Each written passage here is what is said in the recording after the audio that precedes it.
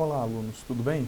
Seguimos aqui com nossos materiais por via do sistema da Unicesumar e inicialmente, antes de começar com as apresentações da nossa aula de hoje, que vai ser a primeira parte de um tema que eu chamo de evolução histórica do Estado, eu gostaria de deixar um recado para vocês. É o seguinte, muitos alunos me pediram orientações quanto à bibliografia e essa bibliografia foi postada ali no mural da disciplina. No mesmo lugar em que vocês acessam o fórum, vocês verão que existem três ambientes. Um chamado Mural da Disciplina, um outro chamado Fórum da Disciplina e um outro Sala do Café. Nesse mural da disciplina, eu criei um tópico lá chamado Bibliografia do Primeiro Bimestre. Eu coloquei ali uma série de livros em que vocês vão poder pegar referências bibliográficas desses assuntos aqui e podem procurar eles naqueles livros ou em outros também, porque são assuntos bem amplos e você vai ter uma infinidade de materiais onde você pode encontrá-los. Mas, para ser mais objetivo, até pelo nosso tempo, então o nosso vídeo não poder ser muito extenso por dificuldade de subir ele posteriormente para o YouTube, o nosso tema hoje é chamado Evolução Histórica do Estado. Esse tema envolve basicamente dois encontros. Eu vou postar um material inteiro, né? Então vocês vão ver que ele tem o nome ali 10ª aula e 11ª, porque no nosso próximo encontro eu vou voltar a tratar do mesmo tema, que é essa tal evolução teórica histórica do Estado. O que é esse tema? É basicamente uma construção a partir da teoria do Estado e não uma construção puramente histórica de como os Estados se comportaram no passar do tempo. No nosso encontro de hoje, a gente vai ficar limitado à primeira metade do quadro, ou seja, ao período que envolve a Idade Antiga e Idade Média. No nosso próximo encontro falaremos então do Renascimento e Idade Moderna. Não falaremos dos estados contemporâneos, porque os estados contemporâneos eles têm uma dinâmica própria e que a gente vai estudar isso ao estudar o Estado brasileiro. Quando estudamos no segundo bimestre a estrutura do Estado brasileiro, aí sim a gente fala dos estados contemporâneos.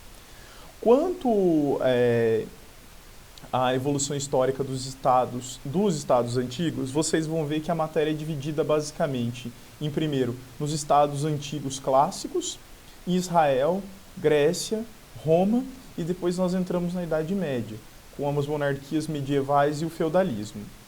Quanto a esses estados antigos, e até já conversamos um pouco sobre isso, o que se notava, e o que vocês vão notar aí na bibliografia, é que o modelo de Estado, esse modelo de Estado, ele tinha um fundamento puramente teocrático. Ou seja, havia ali uma teocracia, onde havia uma religião que sustentava o Estado, e o líder religioso era simultaneamente também o líder político e líder militar. Então, uma característica dos Estados teocráticos é essa somatória desses três elementos, onde o mesmo líder é líder político, religioso e líder militar. O Estado de Israel vai ser o primeiro Estado a começar com uma cisão disso, dividindo a liderança política, militar, da liderança religiosa. Isso é muito bem descrito na história do Estado de Israel, com o Velho Testamento, especialmente na divisão entre as 12 tribos de Israel, onde algumas delas tinham, digamos, um poder religioso, como cuidadores do templo.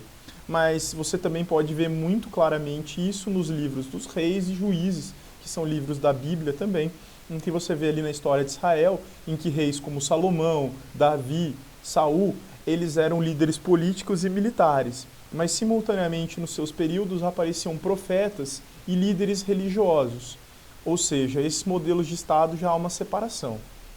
Na Grécia nós vamos ter ali uma pluralidade de modelos de Estado diferente, porque o modelo da polis grega é um modelo de Estado completamente inovador para o seu período, onde basicamente existe ali um grupo de pessoas que governa a cidade, né? Atenas vai ser o grande referencial disso, especialmente pelo seu regime, entre aspas, democrático, a primeira, entre aspas, democracia, a primeira república do mundo, são um modelo ateniense, onde você tem um grupo de pessoas, homens, cidadãos livres e cidadãos atenienses, que podem ir à polis, ao espaço público, debater os problemas do Estado grego. Então, num terceiro momento, nós temos o Estado romano, muito interessante também. Eu gostaria até de ter mais tempo para conversar com vocês sobre Roma, porque porque como eu já disse para vocês, eu gosto muito do modelo romano de Estado, acho muito interessante. E, e aí vocês vão ter ali uma destaque que eu fiz, que eu acabei fazendo, tomando as anotações, que é o poder em Roma, ele era dividido em três esferas. O poder de domínio, potestas e império. O poder de domínio, ele era um poder exercido no âmbito familiar. Na família, o líder da família exercia um poder chamado domínio. Ah, mas o que isso tem a ver com o Estado? Simples. Nessa esfera doméstica, o Estado não intervia, ou melhor, o líder da família era o representante do Estado nessa esfera doméstica. Você tem uma esfera intermediária chamada potestas, que era exercido então pelos magistrados ou pretores, que tinham essa função, que é um poder intermediário. Ele tem a ver, na verdade, com as relações privadas. Então, no âmbito doméstico, o domínio, então quem fazia isso? O líder da família, o pai, o chefe de família. Numa esfera privada, ou melhor, numa esfera pública mais ampla, para conflitos privados, era um poder chamado potestas, e o poder máximo, que era conferido inicialmente aos cônsules, depois então ao imperador de Roma, chamado poder de império. Esse é um poder máximo que engloba os três. Então é assim, se você tem um conflito doméstico, resolve-se perante o domínio, ou seja, você vai até o líder da família e ele vai resolver esse conflito doméstico. Esse conflito é um conflito entre civis, um conflito entre pessoas privadas ali. Você vai procurar um pretor, um magistrado, que vai exercer a potesta para, digamos assim, resolver esse problema. E o último poder no conflito de estados, na relação internacional que Roma tinha com os outros estados e nos problemas políticos macro da gestão de Roma como estado, esse poder era exercido pelos cônsules, poder esse chamado poder de imperium.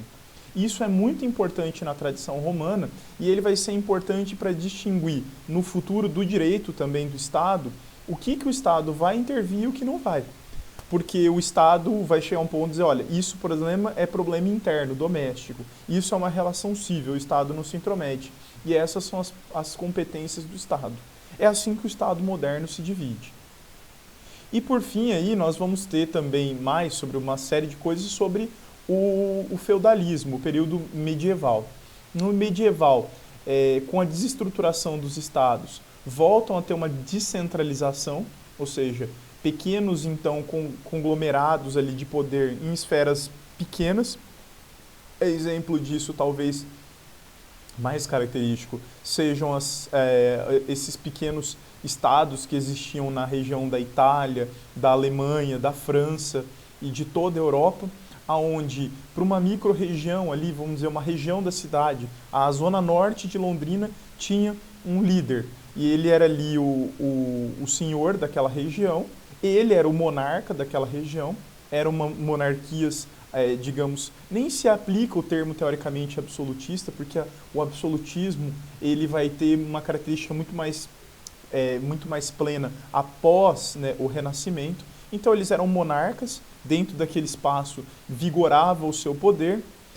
Paralelamente existe o poder da igreja, que o sustenta. Então lembrando sempre que já desde a Idade Média, aquela ideia de poder da igreja, tendo o bispo como representante e dentro dos limites de cada feudo, o senhor feudal como rei, o representante ali dos poderes terrenos, e os poderes espirituais ficariam então ao bispo. E aí na Idade Média você vai ter como características um poder monárquico de governo, a supremacia de um direito natural, não vai ter direito escrito muito bem, isso se perde, exceto um povo que são os visigodos, os demais povos acabam perdendo aquela tradição do direito escrito legado pelos romanos. Não há uma separação muito clara, como havia em Roma, entre direito público e privado, e principalmente a descentralização. E em muitos casos ainda você pode acrescer a ideia de uma certa submissão do próprio Estado à igreja. Em muitos lugares o senhor feudal tinha menos poderes do que a igreja. E essa vai ser a grande característica da Idade Média. E com isso você vai ter, de uma certa forma, doutrinas como a São Tomás de Aquino e Santo Agostinho, que dão um certo subsídio teórico para esse modelo lembrando então daquela justificação do Estado chamada teoria da justificação do poder providencial. Tudo isso vocês vão encontrar aí no material, né? Do Maquiavel para frente começa um novo arco, que é o do nosso próximo encontro, que é uma nova justificação, uma nova evolução histórica, porque o Maquiavel ele já justamente se posiciona no Renascimento, né? Aí, o miolo da Itália é o exemplo do Renascimento, Florença é tida como a cidade símbolo do Renascimento, e Maquiavel justamente viveu em Florença desse período. Então, do Maquiavel para frente, a gente pode deixar para o nosso próximo encontro, onde eu vou gravar mais um vídeo com mais explicações. Respondam o fórum, eu vou deixar um questionamento aí no fórum, eu gostaria de contar com a participação de vocês. E sigam a leitura do material, é curto, e se vocês quiserem se aprofundar mais, o material aqui não é para exaurir o tema. Eu vejo muitos alunos reclamando disso. O material é curto. Olha, por isso que tem a bibliografia. As bibliografias servem para isso. Eu não vou aqui fazer um material de 200 páginas por aula, porque essa não é a ideia. A ideia aqui é sintetizar mesmo de maneira mais enxuta. E se você quiser se aprofundar, leiam aí, então as bibliografias sugeridas. Um bom estudo para vocês, um grande abraço e até a próxima.